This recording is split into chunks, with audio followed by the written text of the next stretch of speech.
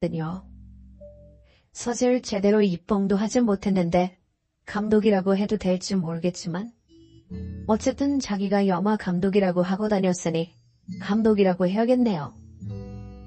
저는 프랑스어 통역가로 영화제에 참석하게 되었어요. 영화제가 끝나고 디프리저리에서 그 남자를 만나게 되었습니다. 자신을 영화 감독이라고 소개하며 혼자 있던 제게 다가온 그 남자는 어색해하는 저를 편안하게 해주더라고요. 말이 없는 제 대신 자신의 이야기를 풀어가며 저와 대화를 나누던 그 남자에게 저도 뭔가 호기심이 생겼어요. 아무래도 예술하는 사람들 특유의 자유분방함과 그 남자의 유머러스함에 반했던 것 같아요. 그렇게 우연히 만난 그 남자와 저는 만남을 시작하게 되었습니다. 그 남자는 제게 없는 것을 가지고 있는 사람이었어요. 사실 제가 프랑스로 유학까지 다녀왔지만 제 소극적인 성격 탓에 항상 그런 외향적인 사람들을 동경해왔던 것 같네요.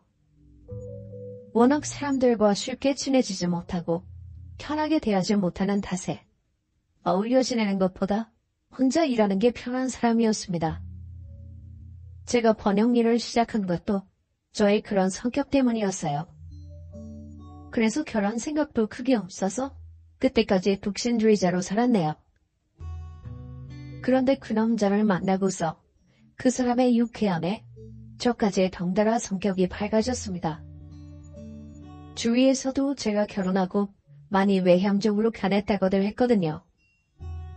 그건 지금도 전 남편에게 고마워하고 있습니다. 그렇게 저는 그 젊은 예술가에게 빠지게 되었고 이런 남자와 함께라면 결혼 생활도 매일 즐겁지 않을까 생각했어요. 저보다 2살 어렸던 그 남자는 어린 나이에도 불구하고 저를 잘 챙겨주고 항상 저를 즐겁게 해주던 사람이었습니다. 저희뿐 아니라 모두들 결혼을 신중하게 생각하겠지만 독신주의자였던 제가 결혼을 결심하기까지는 정말 많은 고민들이 있었어요. 만남을 가지면서 남편은 계속 결혼 얘기를 꺼냈고 결국 남편의 설득으로 저도 결혼을 결심하게 되었습니다. 사실 저희 부모님은 남편을 그리 달가워하지 않으셨어요. 말만 감독이지 제대로 작품도 하지 못해 밥벌이 못하던 남편을 못 믿어하셨겠죠. 저도 그 부분을 우려하실 것을 알았지만 제가 여유가 없는 것도 아니고 애초에 남편의 능력을 보고 결혼을 결심한 것도 아니니 저는 괜찮았어요. 부모님은 이래저래 걱정을 하셨지만 그래도 제가 좋다니까 마지못해 허락을 해주셨어요. 사실 부모님은 저를 혼자 살게 두는 것보다는 차라리 누구라도 붙여서 결혼시키는 게 낫다고 생각하셨던 것 같아요. 그렇게 저와 남편은 결혼을 하고 정식으로 부부가 되었습니다. 결국에는 이혼을 했으니 끝이 좋지는 않았지만 남편과의 결혼 생활은 즐거웠어요. 취미도 잘 맞고 남편과 대화가 참 잘 통했거든요. 둘이 저녁마다 와인을 마시며 대화를 나누다 보면 별것 없이 시간이 잘 흐르곤 했습니다. 뭘 해도 같이 있으면 즐거웠어요. 그리고 그 무엇보다 저에 대한 남편의 헌신과 사랑이 느껴져서 참 좋았습니다. 항상 저를 배려하는 남편의 모습에 결혼하기를 참 잘했다는 생각이 들기도 했습니다. 사실 그걸 빼면 남편은 경제력도 없고 끈기도 별로 없는 사람이었지만 애초에 능력을 보고 결혼한 것도 아니었으니 그런 건 아무래도 상관없었어요. 그냥 저를 끝까지 사랑해주고 믿음을 주면 된다고 생각했어요. 그런데 그랬던 남편이 결혼하고 3년 정도 지났을 때부터 서서히 변했던 것 같아요. 이제 와서 생각해보면 어머, 그게 남편의 본 모습이 아니었나 싶습니다. 저는 남편이 돈을 못 벌어도 입봉을 못해도 다 괜찮았어요. 솔직히 뒤늦게 대기만 서하는 감독들도 많으니 꾸준히 노력만 하면 언젠가는 결실을 맺을 수 있지 않을까 생각했거든요. 그런데 결혼하고 제가 지켜본 남편은 뭘 하기는 하는지 매번 밖에서 지인들과 술 마시기 바쁜 사람처럼 보였습니다. 여보, 요즘 시나리오 작업 잘 돼가? 요새 통 글 쓰는 걸 못 본 것 같네. 어련히 알아서 할까. 내 할 일은 내가 알아서 해. 아니, 시나리오 쓰는 게 얼마나 어려운데 그래? 알지. 그러니까 꾸준히 해야 하는 거 아니야? 아이, 글이 안 풀려서 그래. 내가 당신처럼 그냥 남의 글 번역만 하면 되는 줄 알아? 처음부터 끝까지 창작을 해야 하는데 어떻게 당신처럼 매일 글이 써주겠어? 당신은 그냥 똑같은 말 다른 언어로 쓰는 거고 나는 처음부터 끝까지 다 만들어야 하는데 같이 사는 와이프가 남편 하는 일은 잘 되어가는지 물어볼 수도 있는 것 아닌가요? 그런데 그걸 가지고 갑자기 제 일을 깎아내리면서 괜한 짜증을 내는 거예요. 제가 매일같이 일 안 하냐, 돈 안 벌어오냐, 닥달했으면 또 몰라요. 내일 어디를 가는지 서간이느라 얼굴 한번 보기 힘든 남편에게 제가 정말 오랜만에 얘기를 꺼낸 거였어요. 그런데 저런 대꾸를 하면 저한테 싸우자는 거죠. 그러니 저도 말이 좋게 나가지 않더라고요. 결국 그 말이 싸움으로 번지더라고요. 처음에는 그래, 내가 예술하는 사람 괜히 자존심 건드렸나 싶어서 제가 먼저 사과하고 잘 풀었어요. 그런데 그날뿐만 아니라 그 뒤로 종종 제게 그런 자격지심을 내비치더라고요. 부부 사이에 물어볼 수도 있는 일을 가지고 자기를 무시하니 감시하니 그러는데 그래서 그 뒤로는 남편한테 뭐 하고 다니는지 작업은 어쩌는지 일절 안 물어봤습니다. 그랬더니 그 뒤로는 더 자기 마음대로 하고 다니더라고요. 한 번은 너무 늦게까지 연락도 없이 안 들어오길래 언제 오냐, 왜 안 오냐 전화를 했더니 대뜸 화를 내더라고요. 아, 내가 일일이 보고하고 다녀야 해? 왜? 너 글 안 쓰고 놀러 다니라 간주하는 거야? 어? 아니, 왜 말이 거기를 튀어? 말도 없이 늦으니까 물어보는 거 아니야. 우리가 그 정도도 못 물어보는 사이야? 우리 부부 아니었어? 남편이 늦게까지 연락이 없는데 와이프가 걱정할 수 있는 거 아니야? 시간이 이렇게 된 줄 몰랐어. 지금 얘기가 길어질 것 같으니까 먼저 자. 알아서 들어갈게. 끊을게. 저는 걱정돼서 전화를 했더니 남편은 자기 할 말만 하고 전화를 딱 끊어버리더라고요. 너무 당황스러웠는데 저는 그때도 내가 뭘 잘못한 건지 어느 부분이 혹시 남편 기분을 상하게 했는지 생각하고 있었네요. 아마 제 성격이 소심해서 더 그랬나 봅니다. 이전에는 항상 제 컨디션을 챙기고 매번 저를 배려하던 남편이었는데 어느 순간부터 항상 기분을 살피는 건 제 쪽이었어요. 밥을 먹을 때도 기분이 어떤지, 표정이 어떤지 남편을 계속 살피게 되더라고요.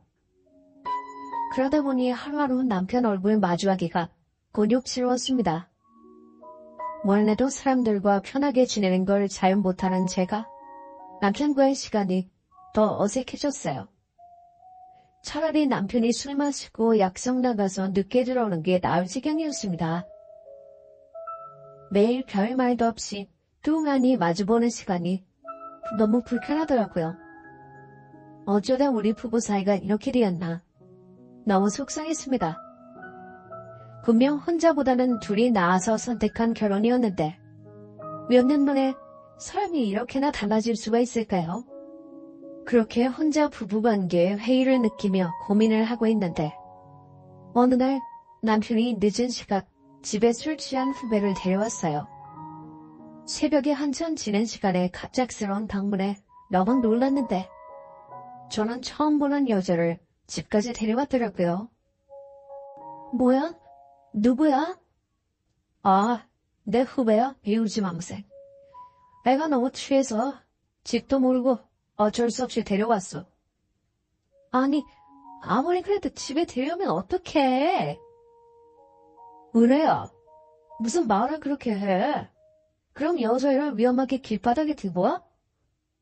그 말이 아니잖아. 다른 사람들은 어쩌고? 당신이 그러냐고.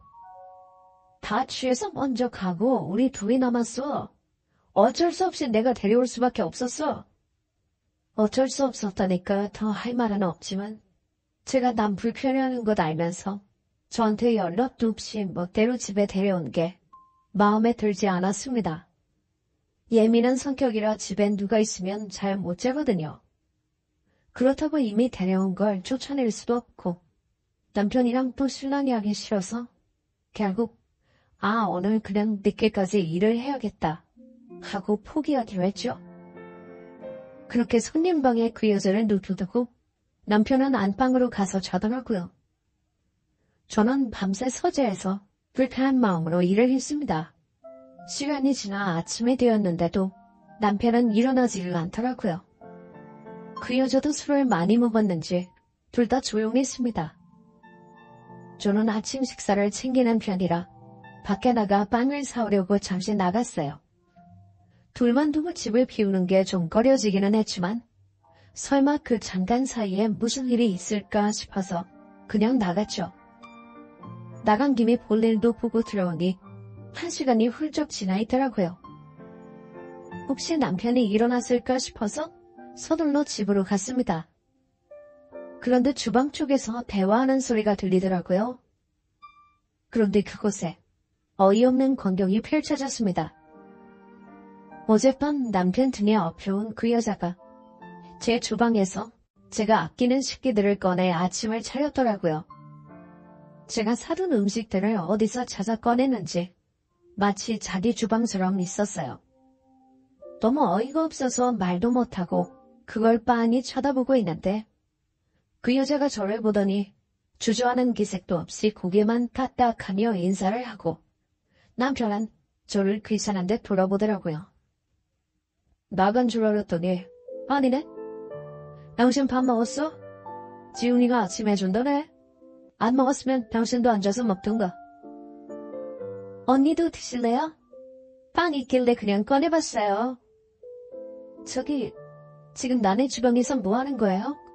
허락도 없이? 네? 아니, 저는 감독님 식사 챙겨드리려고.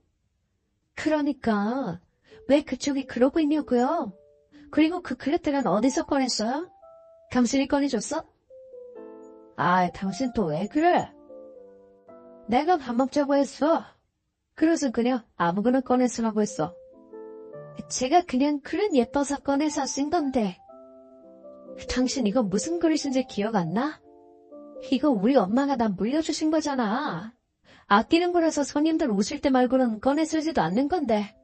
아니, 이 높은 데 있던 걸 꺼냈어요? 저는 그냥 이게 너무 예뻐서. 왜 별것 아니어도 예쁜 그릇에 담아 먹으면 더 좋잖아요.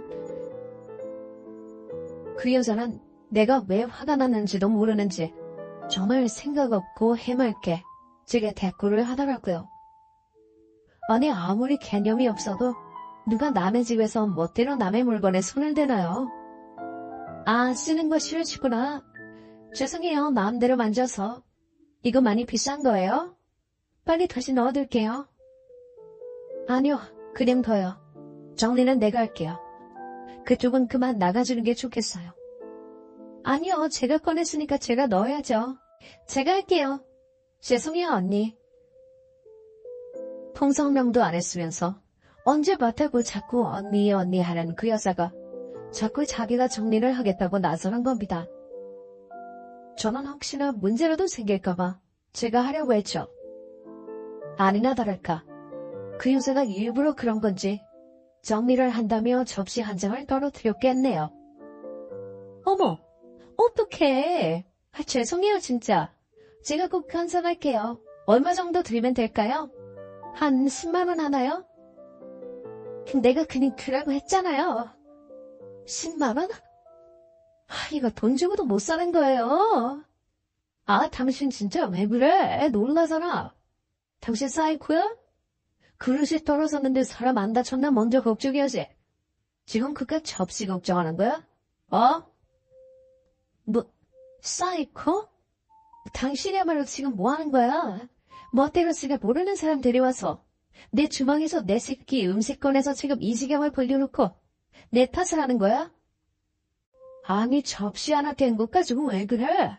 돈이 궁한 것도 아니면서 꼭 얘 기를 죽여야겠어? 그건 내가 다시 사줄게. 그러면 되잖아. 이거 돈 주고 못 사. 기억 안 나? 이거 우리 할머니가 쓰시던 거 어머니가 잘 보관하시다가 나한테 주신 거잖아.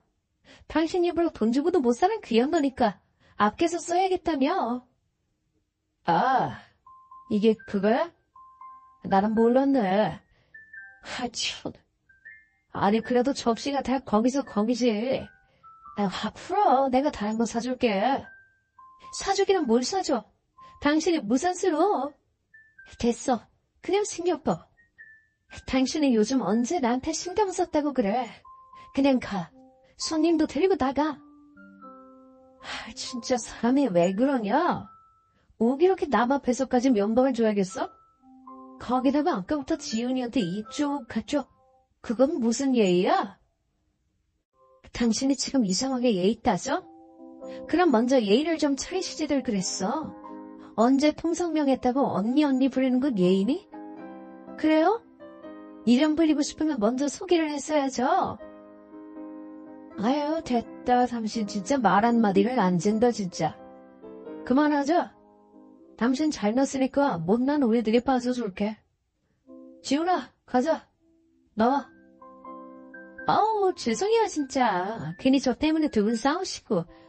그럼 다음에 또 봬요.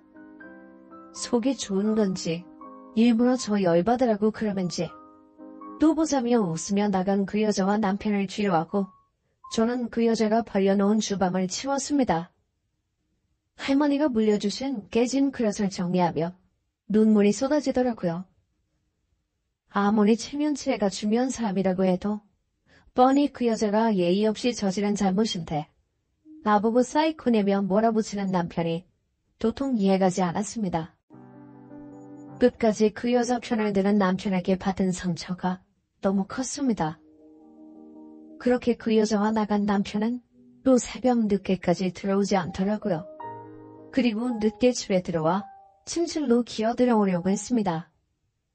당신 나가. 손님방으로 가. 뭐? 어딜 나가? 당신 왜 그래? 설마 아까 일 때문에 아직까지 그래? 나랑 긴 말하기 싫다며. 나도 그럼 당신이랑 한 침대 쓰기 싫으니까 당신 손님방 가서 자. 나 당신이랑 같이 못 자겠어. 진짜 내가 당신 속 좁고 잘 삐지는 거는 알았지만 이 정도인 줄은 몰랐다. 당신 그거 진짜 좀스러운 거야. 알아? 당신은 끝까지 내가 잘못했다는 거구나. 그래, 나도 더 할 말 없다. 빨리 나가. 나 자야 되니까. 아유 그래 나도 됐다. 내가 당신이랑 무슨 말을 하냐? 참나. 남편은 결국 그 뒤로 손님방에서 지내게 되었고 그 뒤로는 저도 더 말을 걸지 않고 서로 한 집에서도 없는 사람처럼 지냈네요. 뭐 그렇다고 이전이랑 크게 다른 것도 없었어요. 그냥 한 침대를 쓰지 않고 서로 대화가 없다는 것 외에는요. 남편은 분명 결혼 초에는 자기도 저처럼 규칙적으로 살겠다고 제가 일어나는 시간에 맞춰 일어나서 제 아침 차려주고 커피까지 내려주던 사람이었어요. 제 사이클에 맞추겠다고 제가 일하는 시간에 남편도 같이 작업하고 그렇게 지내던 사람이 결혼 이후로는 밤에 나가서 새벽에 들어오고 오후에 일어나고 뭐든 자기 멋대로 지냈으니까요. 사실 같이 살면서도 그동안 남편 얼굴 보기 힘들었죠. 결국 이게 남편의 본 모습이었나 싶네요. 제가 너무 어리석었습니다. 차라리 동거를 해보고 결혼을 결정할 걸. 프랑스에서는 애까지 낳고도 혼인관계가 아닌 커플도 많은데 저도 한국 사람이다 보니 동거를 생각하기에는 조금 어려웠거든요. 그런데 이 꼴을 보고 나니 제가 남편 말만 믿고 너무 쉽게 결혼을 결정했구나 후회스럽더라고요. 결국 남편과 이 관계를 계속 유지해야 하나 계속 고민을 했습니다. 그러나 결혼을 마음먹기 어려웠던 것이라 이혼도 마음먹기가 쉽지가 않더라고요. 가끔은 이런 제가 저도 싫었네요. 그런데 그즈음 남편 낌새가 더 이상하더라고요. 여행을 가는지 저한테 말없이 짐을 쌌다가 며칠이나 뒤에 들어오지를 않나. 외박에 외출이 더 잦았고 갑자기 돈 씀씀이도 커지는 것 같았어요. 사실 벌이가 없는 남편 카드값을 제가 주고 있었거든요. 남편도 이것저것 일을 하기는 했지만 무명 감독이 벌어봤자 뭐 얼마나 되겠어요. 그래도 매달 나가는 돈이 있으니 제가 대신 내줬죠. 제가 카드 대금만 자동이체하고 남편 카드 사용 내역은 보지 않아서 그동안은 몰랐는데 남편이 없는 사이에 집으로 고지서가 날라오길래 봤더니 저도 모르는 할부가 잔뜩 있더라고요. 어디다 이렇게 돈을 쓰고 다녔는지 의심이 들더라고요. 그렇다고 남편이 진짜 바람을 필 거라고는 생각하지 못했어요. 아무리 부부관계가 소원하더라도 그동안 자기는 외로가 제일 용서하기 힘들다고 말하던 인간이 어떻게 설마 바람을 필까 싶었죠. 그런데 제가 남편을 너무 믿었나 봅니다. 결과적으로는 바람이 맞았어요. 그것도 여태 모르다가 그 상담회를 통해서 알게 되었네요. 어느 날 모르는 번호로 제게 전화가 걸려왔어요. 그때 남편 등에 업혀온 그 여자였어요. 갑자기 저를 좀 보자고 하더라고요. 나를 무슨 일로 만나자고 할까? 왠지 좋은 일일 것 같지는 않더라고요. 그 여자는 저희 집 근처 카페로 저를 불렀습니다. 두 번째 보는 그 얼굴은 여전히 참 해맑더라고요. 듣기로는 남편보다 6살 정도 어리다고 했으니 이제 겨우 28살이겠네요. 안녕하세요. 제가 갑자기 만나자고 해서 놀라셨죠? 뭐 용건이 있었겠죠. 우리 사이에 이제 와서 안부 전할 건 아닌 것 같고 간단하게 용건만 말해요. 나도 바쁜 사람이라서요. 아, 알죠. 바쁘신 거. 그럼 본론만 얘기할게요. 그러면서 그 여자가 제게 사진 한 장을 내밀었습니다. 들여다보니 아기 초음파 사진이더라고요. 이 여자가 나한테 이런 걸 왜 보여주나 싶은데 순간 나차 싶었습니다. 맞아요. 저 임신했어요. 감독님 아이예요. 이것들이 드디어 미친 건가? 그걸 나한테 말하는 얘란 뭐지? 너무 혼란스러웠어요. 바람핀 것도 모자라서 아이까지 만들고 그 상간녀는 제게 임신을 고백하는 게 완전 막장 드라마에서나 보던 상황이잖아요.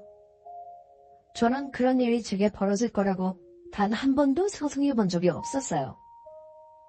충격받은 제가 아무 말을 못하니까 그 여자가 혼자 알아서 떠들더라고요. 뭐 오해하실지 모르겠지만 언니 처음 본 날 이후로 만난 거고 그 전에는 아니에요. 사실 제가 감독님 오랫동안 좋아했거든요. 1년이나 짝사랑했는데 드디어 이루어진 거죠. 사실 다 언니 덕분이에요. 언니 덕에 우리가 만난 거니까요. 나 때문이라니? 감독님이 항상 언니 때문에 힘들어하셨는데 제가 직접 보니까 왜 그러셨던 건지 잘 알겠더라고요. 언니 잘난 건 잘 알겠는데요. 그래도 그렇지 사람을 어떻게 그렇게 매번 무시해요? 저한테만 해도 그래요. 아무리 제가 언니보다 한참 어리고 더 예쁘다고 해도 질투를 그렇게 하시는 건지 저를 너무 막대하셨잖아요. 어이가 없어서 말문이 막힌다는 게 이런 건가 싶었어요. 누가 누구를 질투한다는 건지. 그날 제가 화가 났던 이유가 정말 그거라고 생각했나 봐요. 저보다 한참 어리다며 자꾸 강조하는 그 여자가 계속 제 속을 긁네요.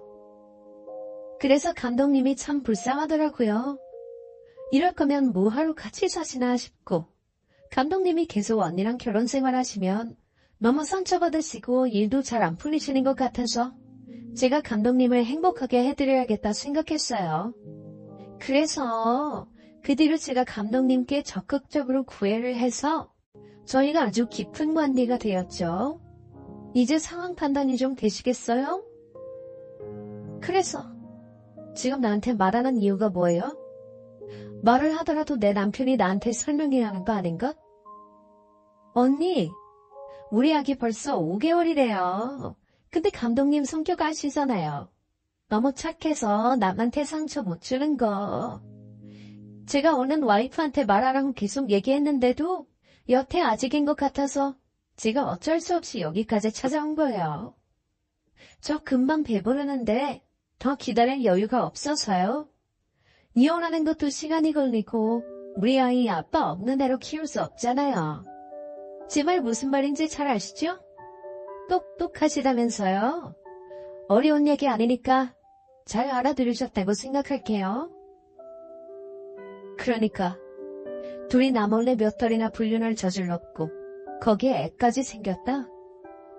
내 남편은 비겁하고 겁만 많아서 직접 말 못할 테니 내가 먼저 이혼하자 해달라. 이 말 아니에요?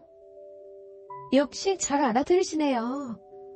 뭐 언니한테는 죄송하긴 한데 서로 애정 없이 마지못해 사는 사이라면서요.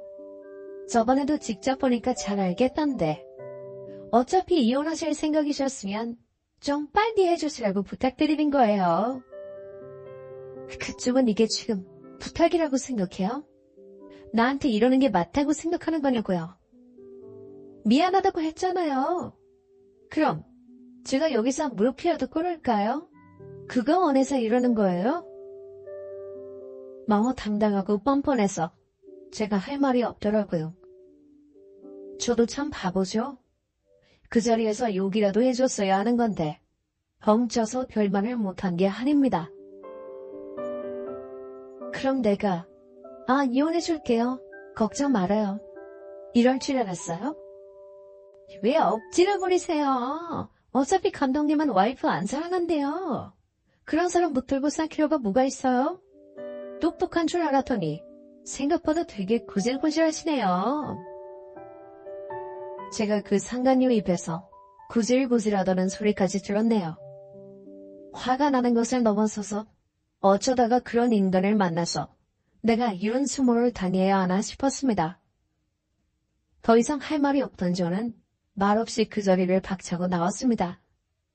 그동안 남편과 소원해지면서 이혼을 생각하지 않은 건 아니지만 막상 이혼해달라고 저렇게 뻔뻔하게 나오니까 내가 이혼을 해주는 게 맞나 싶더라고요. 집에 가서 남편을 기다렸습니다.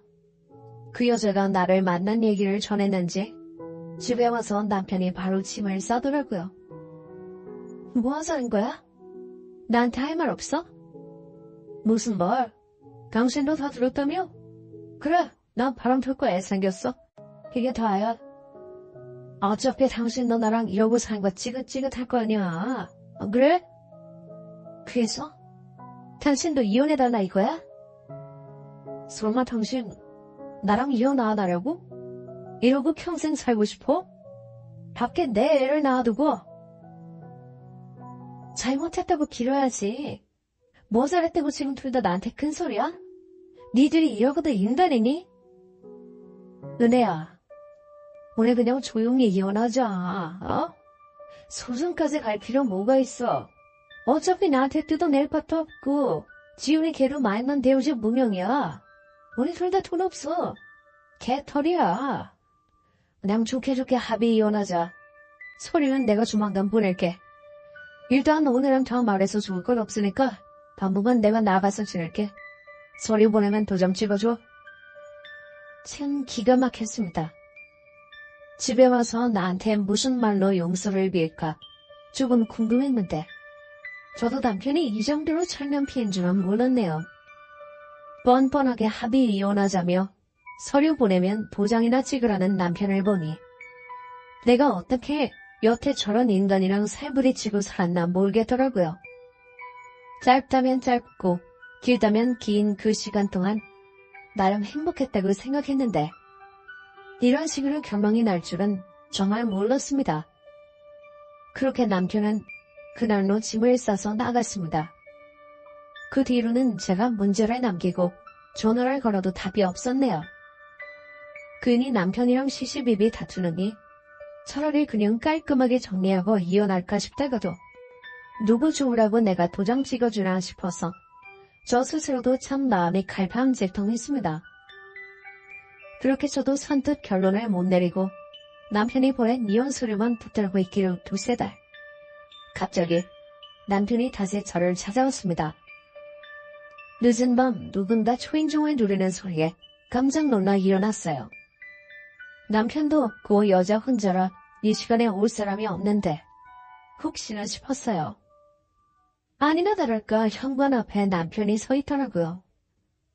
이 인간이 이 시간에 여기에 무슨 일인지, 또 무슨 얘기를 해서 내 속을 뒤집으려고 저러나 문 앞에 세워두고 얘기를 들었어요. 은혜야, 나야.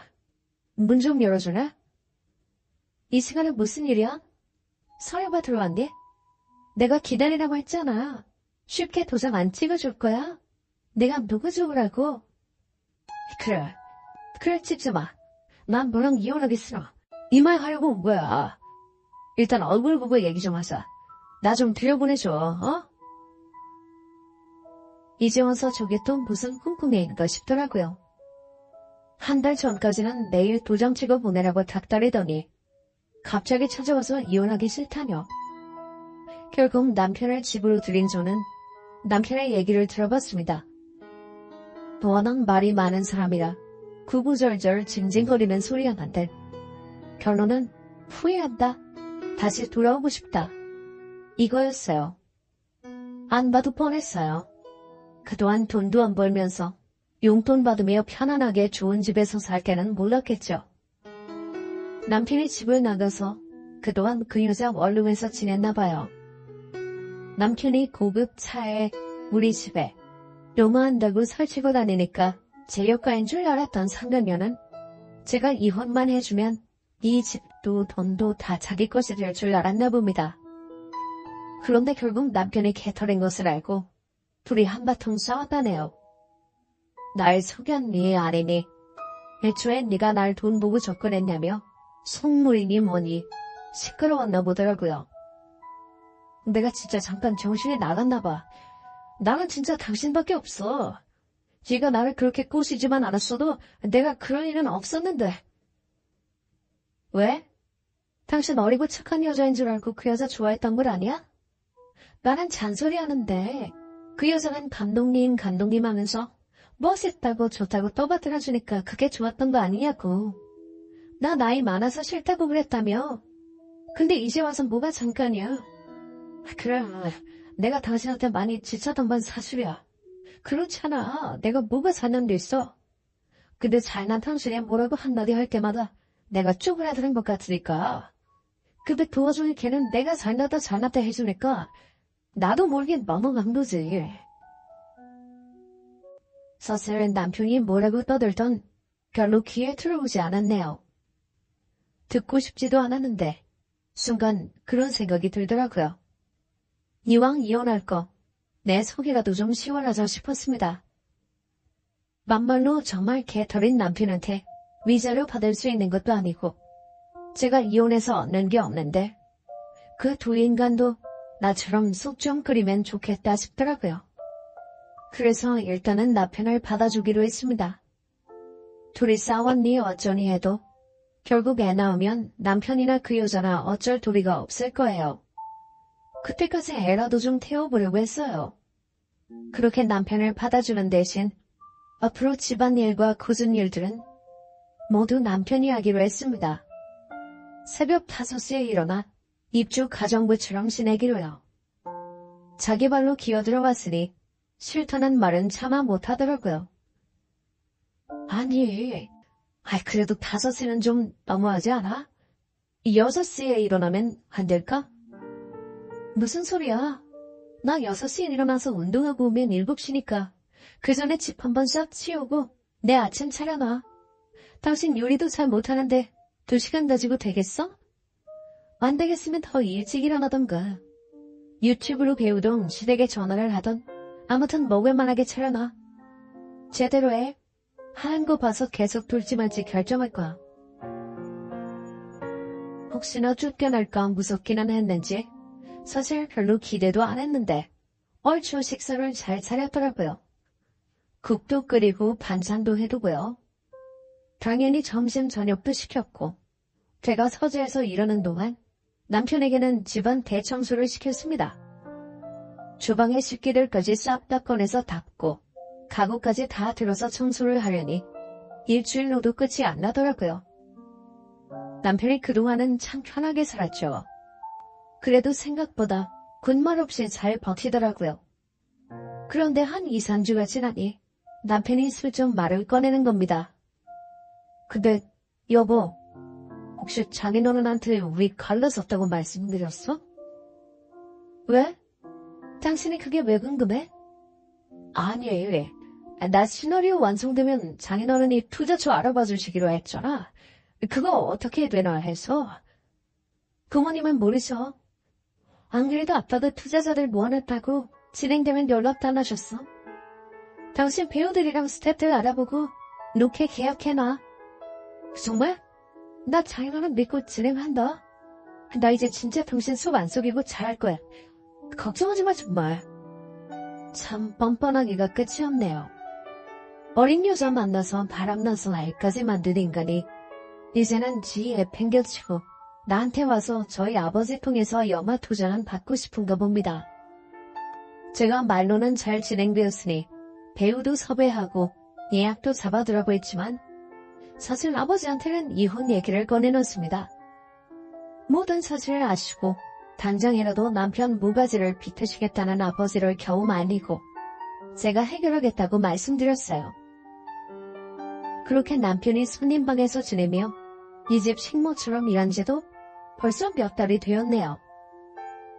그 사이에 남편 핸드폰을 뒤져서 알아보니 그 상간녀 출산 예정일이 얼마 안 남았더라고요. 그동안 그 상간녀도 혼자 애 낳을 자신은 없는지 남편한테 병원비 좀 보내달라, 생활비 좀 보내달라, 하루가 멀다고 연락을 했더라고요. 그 여자도 배우 지망생에 원룸사는 형편이니 돈이 있을 리도 없고 남편 카드도 제가 다 끊어버려서 남편도 돈 넣을 구멍 없으니 당장 애는 나올 텐데 자기도 막막했겠죠. 저는 이왕 끓는 속 좀 더 끓여보라고 상간녀의 출산 예정일에 맞춰 남편과 여행을 계획했습니다. 문자를 살펴보니 출산일에는 꼭 와달라는 여자와 생각해보겠다는 남편의 대화가 있더라고요.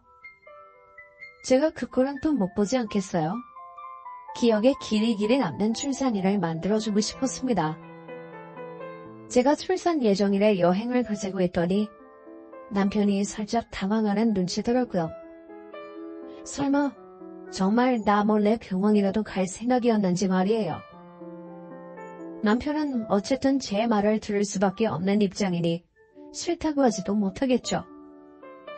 근데 여보, 꼭 그때 가야 되는 거야? 왜? 무슨 일 있어?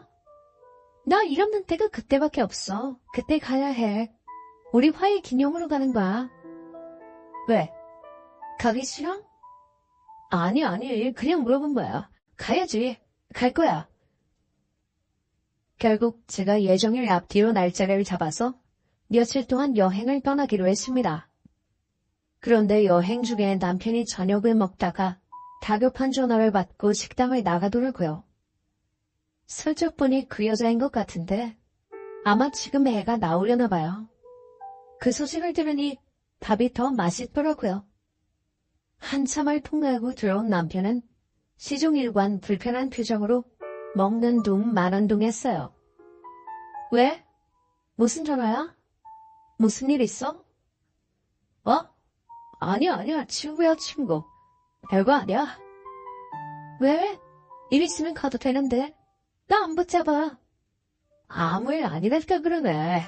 신경 쓰지 말고 많이 먹어.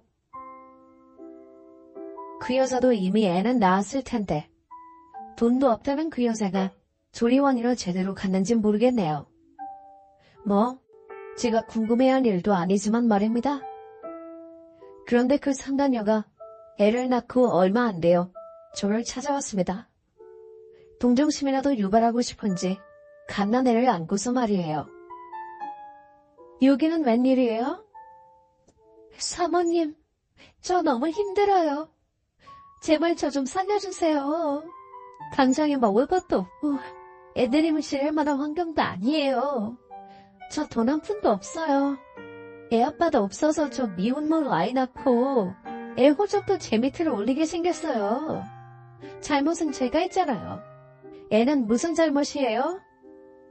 말 잘했네요. 잘못은 니들이 했지. 그럼 나는 무슨 잘못일까? 그러게 애라도 만들면 다 믿거들 줄 알았어?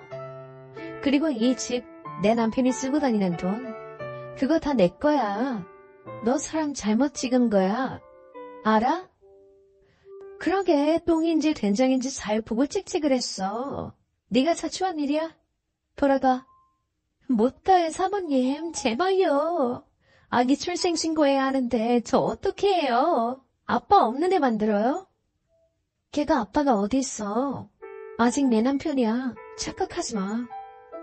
제발요. 제가 이렇게 무릎이라도 꿇을게요. 제발 용서해주세요. 아기는 죄가 없잖아요. 결국 그 여자가 갓난아이를 안고 제 앞에 무릎을 꿇었습니다. 사실 그 모습을 보는데 마음이 그렇게 시원하지는 않더라고요. 나도 당한 게 많은데 그렇다고 저 어린애는 무슨 죄인가 싶고 마음이 참 복잡했네요. 그래도 제 입으로 그렇게 해주겠다는 말은 못하겠더라고요. 결국 별말 없이 그 여자를 돌려보낸 저는 며칠간 생각을 많이 했습니다. 막상 복수해보니 그렇게 시원하지도 않고 저 꼴보기 싫은 놈을 계속 곁에 두는 것도 곤욕이더라고요. 그래서 결국 늦었지만 깔끔하게 정리하기로 마음을 먹었습니다. 남편에게 이혼하자 했더니 까무러치더라고요. 이혼하면 투자 못 받는 거 아니야? 그럼 내 투자는? 나 지금 다 알아왔는데. 나 이혼 못해. 나 걔랑 모르면서 못 살아 여보. 이 상황에 네 투자 얘기가 나오니? 제발 그만 좀 구질구질하자. 언제는 이혼해달라며. 저기 당신이 보냈던 서류도 그대로 있고 나 도장도 찍어놨어. 어차피 당신 도장 찍혀있고 나 저거 그냥 제출할 거니까 이제 이 집 나가. 나 못 나간다니까. 아니 그러면 이혼할 거면 너 위자료 줘. 당신 미쳤어? 위자료를 내가 왜 줘? 주려면 네가 줘야지. 너 때문에 이혼하는 거야. 기억 안 나? 나는 이혼하기 싫다니까? 이혼하고 싶으면 위자료 달라고. 내가 소송 걸어서 이 집 재산 분할 걸 거야. 야, 무식하면 가만히나 있어. 이 집 내가 상속받은 거라서 재산 분할 대상도 아니야. 그리고 네가 살면서 가장에 무슨 기여를 했어? 어디서 본 건 있어가지고 개나 소나 재산 분할이야. 너 진짜 나한테 위자료 주고 싶으면 계속 그렇게 해봐. 내가 최고 변호사들만 써서 너랑 시댁까지 아주 쥐어 짜줄 거야. 알아들어? 결국 안 되겠는지 그 인간은 더 말을 못하고 알아서 짐을 싸서 나갔습니다. 나가는 마지막까지 투자 얘기를 꺼내는데 정말 한 대 때리고 싶더라고요. 어쩌자고 여태 저런 걸 데리고 살았나. 제가 등신입니다. 그렇게 남편이 제게 보냈던 그 이혼 신청 서류를 법원에 제출하고 그 뒤로 이혼은 잘 마무리했습니다. 합의 이혼으로 진행하니 변호사 쓸 일도 없고 조용히 빠르게 처리되었네요. 이제 서류상으로도 정리가 되니 제 마음도 가볍습니다. 이혼 후에 남편은 투자자가 없어서 준비하던 영어도 접고 단지하로 이사를 갔다네요. 둘 다 변변한 직업도 없으니 애 키우기가 녹록지 않을 텐데 아마 이제야 혹독한 현실을 잘 알게 되었겠죠. 글쎄요. 국수라는 게 따로 있나 싶네요. 어차피 저는 더 잃을 것이 없고 그들은 잃은 것이 많으니까요. 앞으로 저는 저만을 위해서 살 겁니다. 혹시 저와 같은 고민을 하시는 분이 계시다면 좀 더 자신을 위하셨으면 좋겠습니다.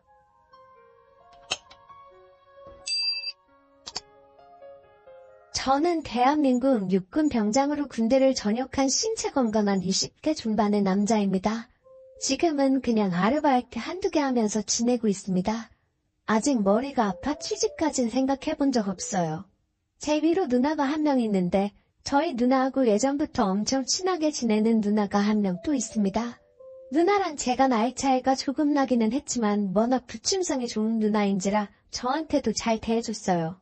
저랑 알고 지낸 지도 오래였고 제가 대학교 들어가고부터는 누나랑 같이 해서 자주 놀기도 했습니다.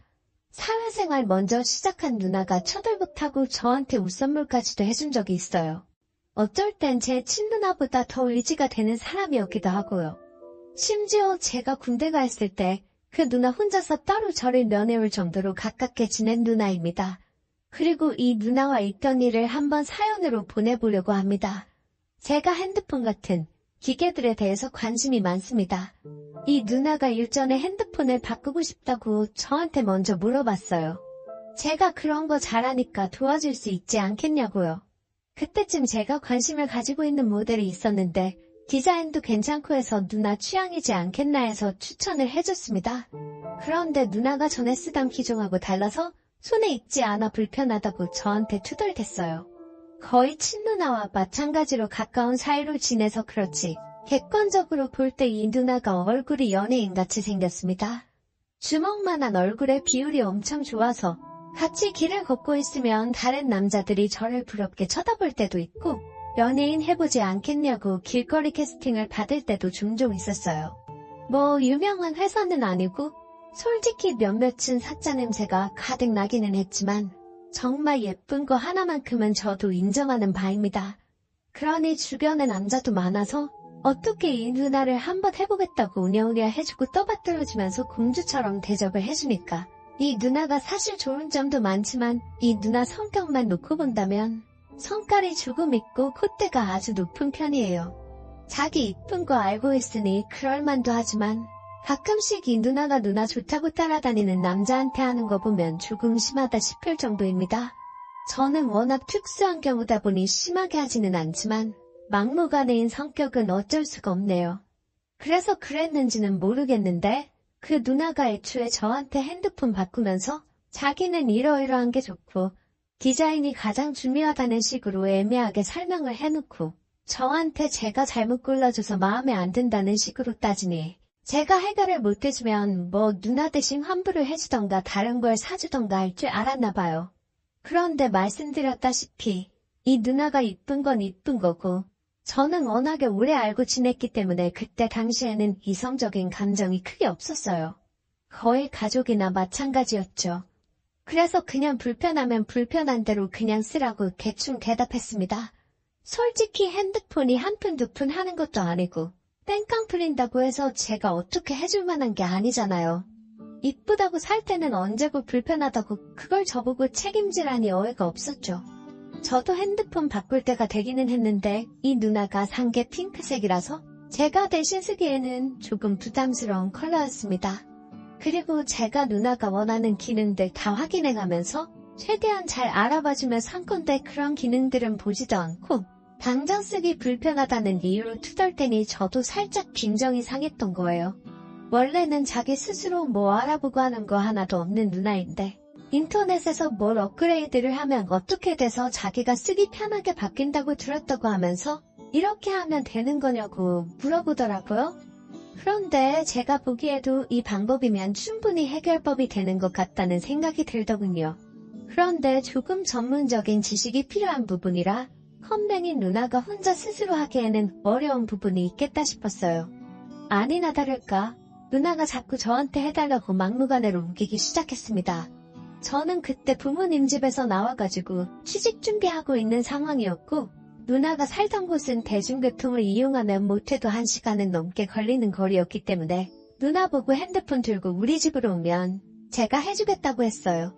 누나도 당장 오기에는 엄두가 나지를 않았는지 그럼 시간 나면 들르겠다고 하고 전화를 끊었습니다. 그리고 며칠 뒤에 누나가 찾아왔어요. 어디 애인이라도 만나러 가는 건지 잔뜩 힘을 주고 왔더라고요. 이 누나가 성격이 공주병이라서 그렇지 정말 외모는 어디 가서 꿀리지 않는다는 생각이 들었습니다.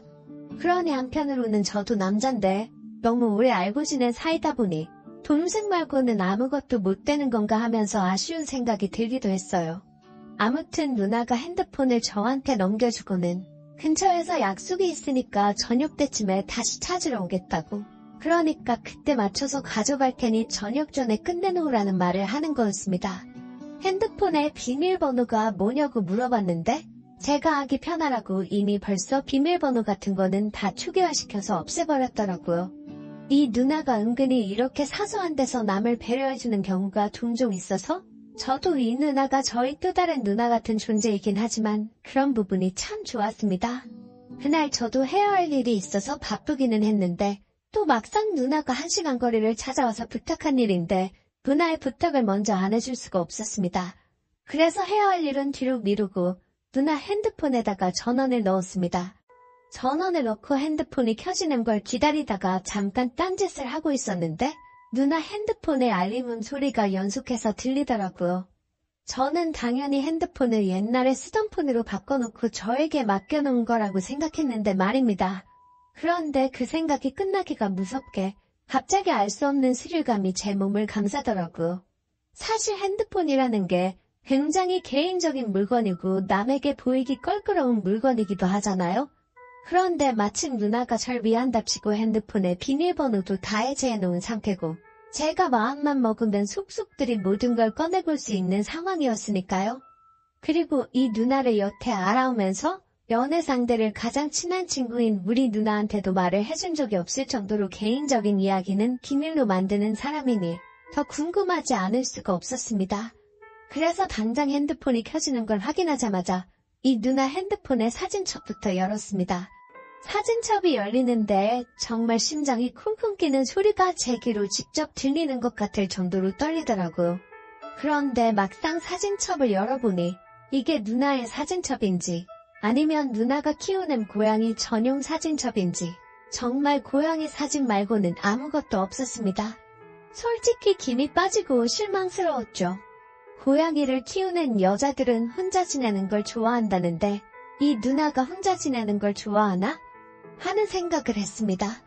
그러고 작업을 하려고 하는데 갑자기 머릿속에 번개처럼 스쳐 지나가는 생각이 하나 있었으니 이 누나의 메신저를 확인해보는 거는 어떤가 하는 생각이 들었어요. 메신저를 확인하면 이 누나가 따로 연락하는 남자가 있는지도 알 수 있으니까 말이에요. 제 예상은 적중했고 그 결과는 생각보다 훨씬 더 충격적이었습니다. 이 누나와 연락을 주고받는 남자들이 한두 명이 아니었기 때문이죠. 제가 확인한 대화창만 20개가 넘었습니다. 어떻게 그게 누나 남자친구인 줄 알았냐고요? 메신저로 그 남자들하고 주고받은 사진들만 봐도 보통 사이가 아니란 걸 짐작할 정도였으니까요. 고양이밖에 없는 사진첩과는 비교가 될 정도로 누나가 그 남자들을 위해 준비한 엄청난 사진들이 있었습니다. 이 누나한테 남자들이 벌벌 기다 보니 엄청 콧대 높고 남자들을 쥐락펴락하는 사람인 줄 알았는데 남자들이 시키는 대로 다 해주는 순종적인 사람이라는 사실에도 엄청난 충격을 받았습니다. 정말 핸드폰을 하나하나 확인하고 있던 제 손이 다 덜덜 떨릴 정도였어요. 가장 충격적인 건 동시에 어떻게 20명이나 되는 사람을 만나느냐는 거였지요.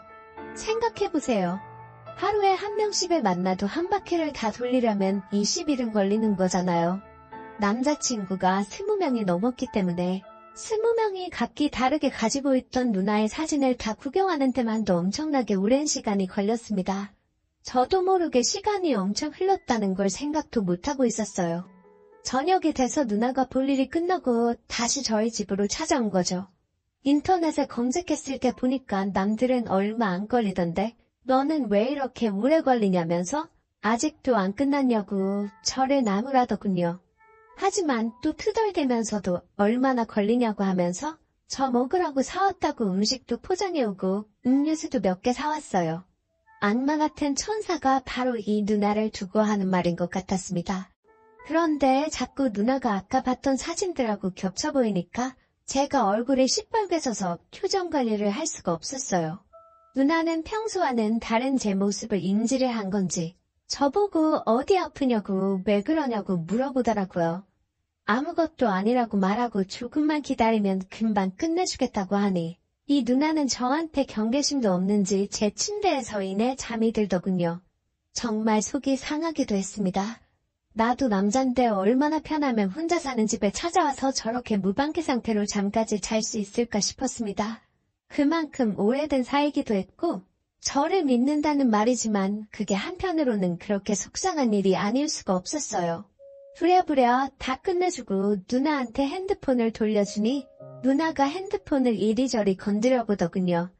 적당히 만지다가 자기가 원하는 대로 고쳐진 건지 만족한 표정을 지으면서 고맙다고 말하더라고요. 누나의 얼굴을 똑바로 쳐다볼 수가 없어서 우물쭈물대고 있으니 누나는 제가 피곤해 보였는지 고생시켜서 미안하다고 말하고 다음에 술이나 한잔 사주겠다 하고 밖으로 나갔습니다. 누나가 나가니까 제 방 안에서 누나가 뿌린 향수 냄새가 나더라고요. 방금까지 누나가 졸고 있던 제 침대에 몸을 던졌는데 베개에서 은은하게 누나의 샴푸 향이 나는 것 같고 그러니 자동적으로 누나 핸드폰에서 봤던 것들이 생각이 났습니다. 그러다가 저도 큰 결심을 하고 누나한테 전화를 걸었어요. 누나한테 여기까지 오는데 1시간이나 걸리는데 언제 또 와서 술을 사주겠냐고 말하고 지금 사달라고 했어요. 그렇게 누나와 단둘이 술을 마시게 되었습니다.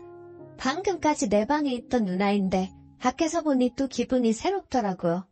누나가 그날따라 엄청 꾸미고 오기도 했어서 그럴 수도 있었겠네요. 아무튼 소주 한 잔밖에 안 마셨는데 벌써부터 누나가 아까 본 사진들의 모습과 겹쳐서 너무 달라 보이는 거 아니겠어요? 마음이 진정이 되지를 않더군요. 그래서 평소보다 술을 더 급하게 마시게 되었습니다. 술이 들어가서 그랬는지 누나한테 누나는 나를 어떻게 생각하길래 어떻게 다 큰 남자 집에 찾아와서 무방비 상태로 잠에 들 수 있냐 뭐 이런 걸 따져 물었죠. 누나가 저보고 못하는 소리가 없다고 하면서 저보고 외롭냐고 묻더라고요. 그 말이 엄청 서운하게 들렸는지 제가 갑자기 폭발을 해서 누나처럼 예쁜 사람하고 연애하고 싶다. 뭐 말도 안 되는 소리를 계속해서 했습니다. 그러다가 누나가 20명도 넘는 남자들하고 그러는 거 알고 있는데 나도 그 중에 한 명 하면 안 되냐고 20명이나 21명이나 뭐가 문제냐고 막 따졌어요. 그러니까 누나가 웃더라고요. 제가 누나의 비밀을 알게 된 걸 가지고 당황을 할 줄 알았는데 저라면 그 사진을 다 봤을 줄 알았다고 하면서 태연해하는 반응에 오히려 제가 더 당황스러워졌습니다. 그때는 여태 마신 술이 확 깰 정도였어요. 오히려 당당하게 자기를 낱낱이 다 보게 된 감상이 어떠냐고 웃으면서 묻더라고요. 이젠 저도 이게 어떻게 돌아가는 상황인지도 모르겠고 있져야 본전이고 아니면 그냥 누나 한 명 사라졌다 생각하려고 누나 예쁜 건 옛날부터 알고 있었고 내가 생각한 그대로라고 하면서 대화의 수위를 제가 일부러 더 높여봤습니다. 그랬더니 누나도 감탄을 하면서 이렇게 남자다운 모습은 처음이라고 하면서 놀라더라고요.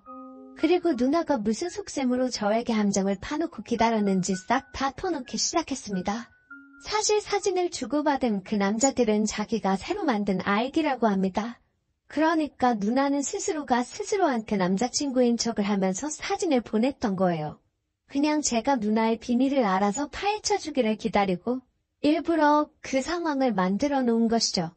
이미 누나는 오래전부터 저한테 마음이 있었다고 합니다. 저를 남자로 생각할 때쯤에는 이미 너무 오래 알아서 누나 동생 아니고는 더 발전할 수 없는 관계인가 싶어 아쉽기까지 했다네요.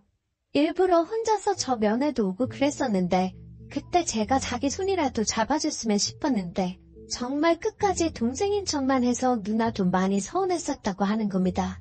그리고 저도 그동안 누나에게 마음이 있었는데 너무 편하게 오래 지내서 그게 호감인지를 몰랐던 것이었고요. 그러니까 누나는 제가 누나를 여자로 받아들일 계기를 만들어주고 싶었던 거고 그 작전은 제대로 들어먹힌 겁니다. 서로의 마음을 확인했는데 거기 앉아서 소주 한 잔씩 주고받을 이유가 없었죠. 그래서 그 길로 바로 밖으로 나와 자취방으로 향했습니다. 그리고 정말 오랫동안 쌓아온 두 사람의 인연의 회포를 풀었어요. 자취방 침대를 봐야 한 사람이 몸을 가누기도 힘들 정도로 비좁은 곳이었는데 오히려 그 편이 좋았습니다. 그리고는 누나가 핸드폰을 꺼내더니 제가 구경했던 사진들을 하나하나 지우기 시작했어요. 제가 아까운데 그건 왜 지우냐고 했더니 자기가 완전히 새로운 것들로 꽉꽉 채워서 저에게 새로 보내주기 시작할 테니 오래된 건 필요 없다고 저보고 기대하라고 하는 거예요. 지금도 누나하고는 지난 여름보다도 뜨겁게 만나고 있습니다. 물론 누나가 이제는 제 여자가 되었다고